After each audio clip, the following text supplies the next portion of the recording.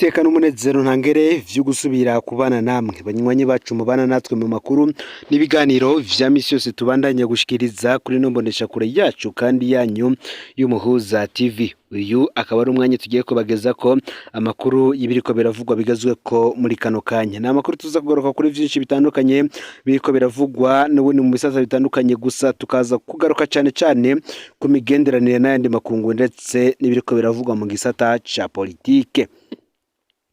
Benshi baribuka amajambo yagiye ahabona ubwo umukuru w'igihugu cy'u Burundi Nyiricyo Evariste Ndayishimiye yari yagendeye igihugu ca Zambia anabemerera ingabire. Ivyo akaba ari amajambo Perezida Evariste Ndayishimiye ubwiwe yishikirije. Mu ngabire yahaye igihugu ca Zambia yabahaye amatoni 5,000 y'imfungurwa. Mu majambo Perezida Evariste Ndayishimiye yakoresheje yagize ati: nk'ababanyi twarumvise ko Zambia yabayemwo uruzuba rwatumye umwimbu ugabanuka cyane mu duce tumwe mu ntumbero yo kwifatanya namwe no kugendera abantu. Leta y'u Burundi n'abarundi bafashe ingingo yo kubaha amatoni 5,000 y'umuceri, ibiharage ndetse n'ibigori. Naho wome ngo ni duke. Iyi ngabire ivuye ku mutima kandi tuyitanze mu kwifatanya n'abanyagihugu ba Zambia.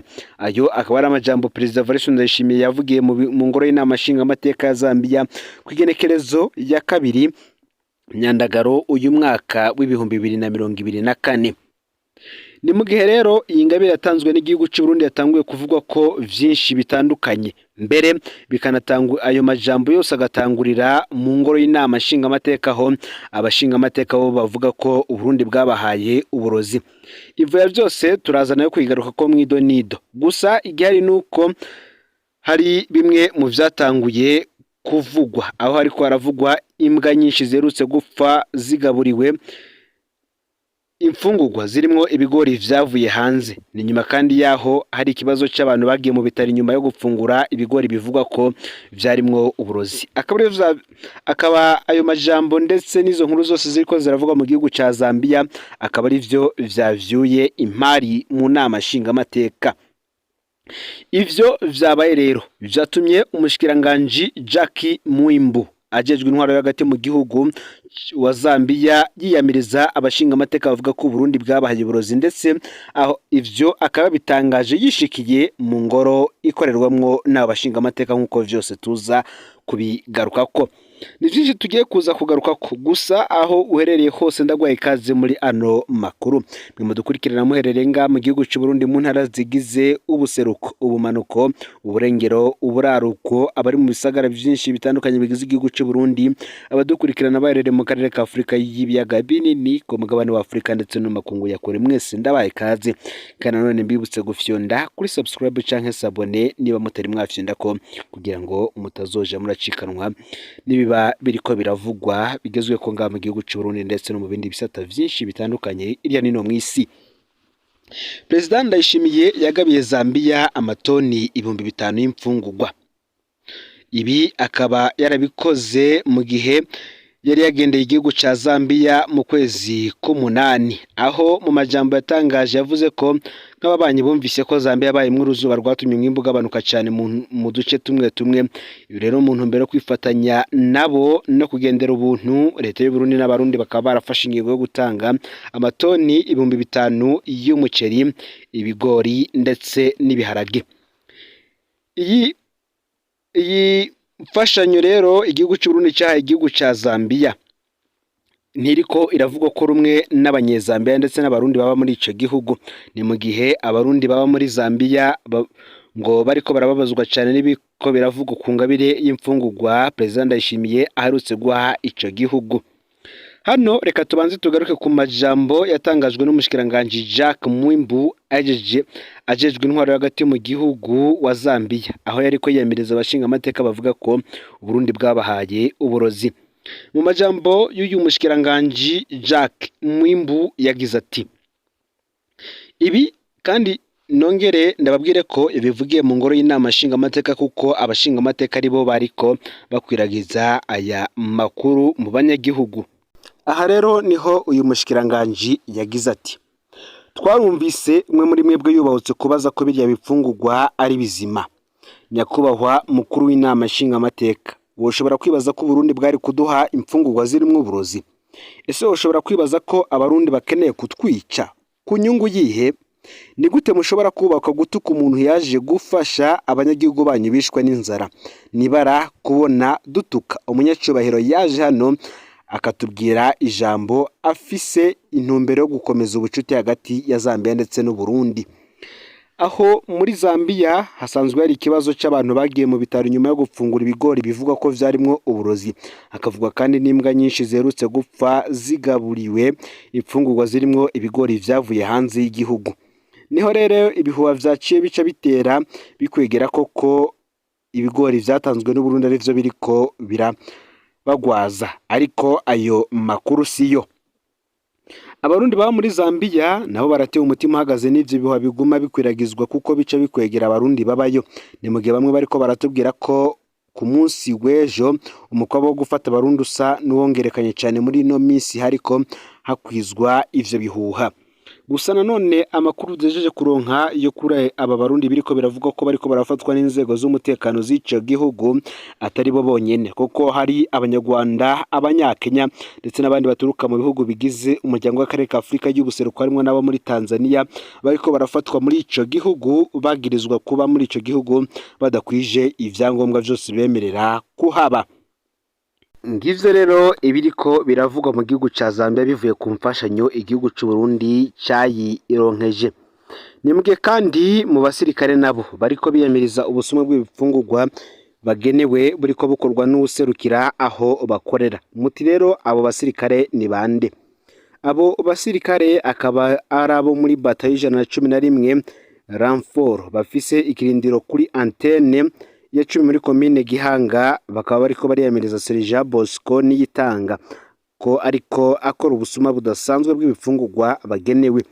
Abo basirikare bagashikiriza ko uwo muchef de section Serija Niyitanga yamarangwa no kwama agurisha ibifungurwa biba bizaniwe abasirikare aho bari. Batanga karorero k'ibikoresho bikorwamwo ibitumbura vy'abasirikare bita levire n'ifarini biheruka kugurishwa na Serija Niyitanga. Vyose akaba yari bigurishije ku mudandaza yaje avi Buringa muri komine Gihanga, amafaranga aca nawe yikubitira ku mufuko.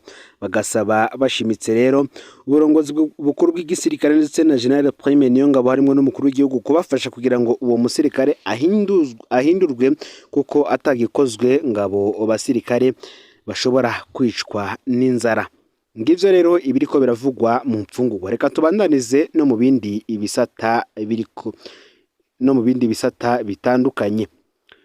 Umukuru w'ishirahamwe Ajeri aratabarizwa ariko ahigwa ngo n'abakozi b'iperereza kugira ngo agandagurwe.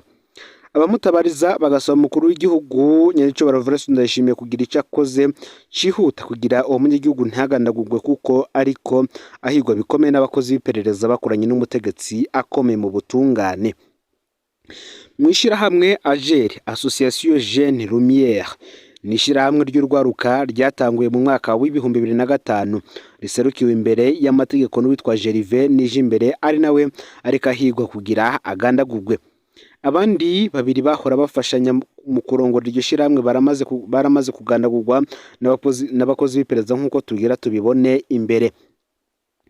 Ishirahamwe Ajeri cyangwa se Association Jeune Lumière rimaze gushingwa ryaciye ritangura ibikorwa vyo kwiyugunganya mu kwiteza imbere harimo n'ibikorwa vyo gukura imicafu mu gisagara ca Bujumbura.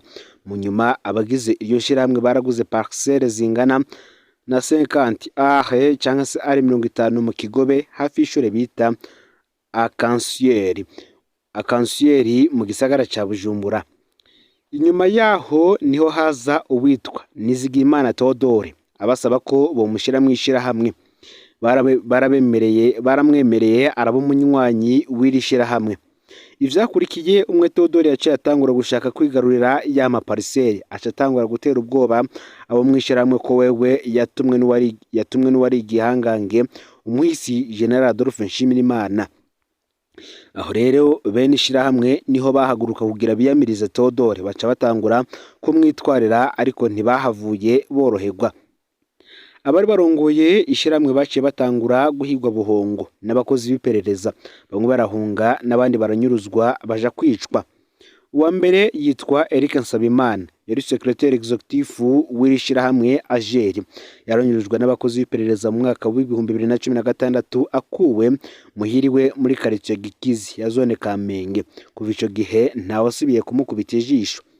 Uwa kabiri ni Hugo Haramategeko, yari conseiller juridique wa AGER, nawe nyene yanyurujwe mu mwaka w'ibihumbi 2016 n'abakozi b'iperereza bamukuyeho yaba mu Cibitoke ca Bujumbura, nawe nyene ntawe urasubira kumukubita ijisho. Bose bivuga ko bagandaguwe n'abakozi b'iperereza. Ico gihe rero umwe Gervais Nijimbere yararongoye AGER yaciye ahungira hanze y'igihugu. Nyuma yaho Theodore yaciye yiyendeka kuri ayo maparcelle kuko yari amaze kugandagura abo babiri kandi yabona ko n'uwararongoye AGER yahunze. Inyuma yo kunyururizwa ababo bakaburwa irengero, imiryango ya Eric Nsabimana na Hugo Haramategeko baciye bitura ubutungane bitwarira Theodore kuko ari we yari inyuma y'inyuruzwa ry'abo bantu, ariko vyagumye bidindira kuko uwo Theodore yari akingiwe. Mu nyuma kwigenekerezo ya 31 Myandagaro umwaka weze w'ibihumbi 2023 nibwo umushikiriza manza kizigenzo wa Republika cyangwa Procureur General de la République Leonard Manirakiza yarariye umutima menyo asura urwandiko yandikira urongoye igipolisi i Bujumbura amusaba gukurikirana Nizigimana Theodore ku birego aregwa. Ariko naho umushikiriza manza kizigenza yasohoye urwo rwandiko vyabaye ivy'ubusa kuko Theodore yagumye yidegemvya, nta numwe yigeze amukora ko gushika uno munsi. Ya miryango yanyururizwa ababo iri mu kangaratete, ahubwo niyo yagarutse guterwa ubwoba. Muti rero uyu none ninde yoba akingira uyu Theodore avugwa? Amakuru dufise akemeza ko Theodore akingiwe na muvyara we yitwa François Nkizabahizi. Uyu nawe akaba ari icaro ca mbere cyangwa se premier substitute ca Procureur General de la République, ari nayo mpamvu na rwandika ataco rwigeze rumara. Ikibabaje cyane nuko uno munsi Theodore afatanije na François Nkizabahizi n'abakozi b'imbere n'abakozi b'iperereza bariko bahiga buhongo Gervais Nijimbere kugira babugandagure kuko bumvise ko yatashe mu gihugu kugira akurikirane ivyo ayo maparaseri akaba anyegeye. Ni mu gisoko ryacu mu iperereza ryo ryatubwiye ko hamwe Gervais yofatwa atorara ari muzima. Abakozi b'iperereza kandi baguma batera ubwoba imiryango ya bamwe babiri banyuruzwa. Abatabariza Gervais Nijimbere bakaba basaba umukuru w'igihugu gukora ibishoboka byose kugira kingire uwo munyagihugu niyo miryango yanyururijwe ababo, yongere kandi afashe kugira basubizwe amaparaseri yabo ari mu Kigobe mu gisagara ca Bujumbura. Bamwe bati ese ubutungane buzokora ivyo bugomba gukora canke nanone buzosubira bugendere ku gitsure c'abategetsi? Ni vyinshi biriko biribazwa kuri ino dosiye, niba koko bishobora kuzotorerwa inyishu canke se nabo n'uyu nawe ariko arahirwa buhongo ashobora gufatwa akicwa n'inzego z'iperereza. Ngaho rero amakuru yacu twe twabateguriye muri kano kanya, ufyonde subscribe canke sabune aho uherereye hose kugira ngo utojucikanwa nayo dushikiriza, usangize kandi ano makuru bagenza aho bari hose kugira ngo nabo baje barashikirwa mu babiriko biravugwa bigezwe ko ngaha mu gihugu cy'u Burundi, hanze y'imbibe z'igihugu cy'u Burundi ndetse no mu makungu ya kure. N'ibindi vyinshi biriko biravugwa mu bisata vyinshi bitandukanye, ni mu kanya kari imbere byose nimuze gucikanwa n'Umuhoza TV. Imana iba hezagire.